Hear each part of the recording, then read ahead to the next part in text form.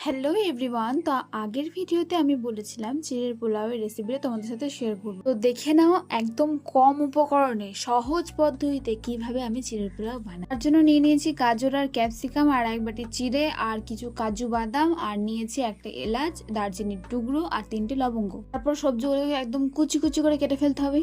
তারপর চিড়ের মধ্যে জল দিয়ে চিড়েটাকে ভালো করে ধুয়ে নিয়ে একটা ছাঁকনিতে জল ঝরতে দেবো।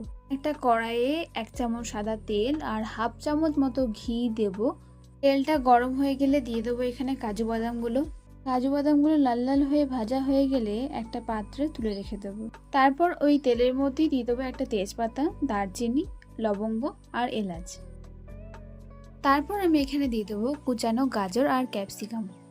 দিয়ে দেবো স্বাদ মতো নুন ও গরম মশলা। তোমরা চাইলে গরম মশলা ঘরেও বানিয়ে নিতে পারো। কিছুক্ষণ নাড়াচাড়া করার পর দিয়ে দেবো জল ঝরানো জিরেটা। তোমরা চাইলে এখানে চিনিও দিতে পারো। আমি যেহেতু চিনি খাই না তাই আমি চিনিটা এখানে দিইনি। ব্যাস, তাহলে রেডি আমাদের চিড়ের পোলাও। রেসিপিটা তোমাদের কেমন লাগলো জানাতে ভুলবে না কিন্তু। Bye, thanks for watching.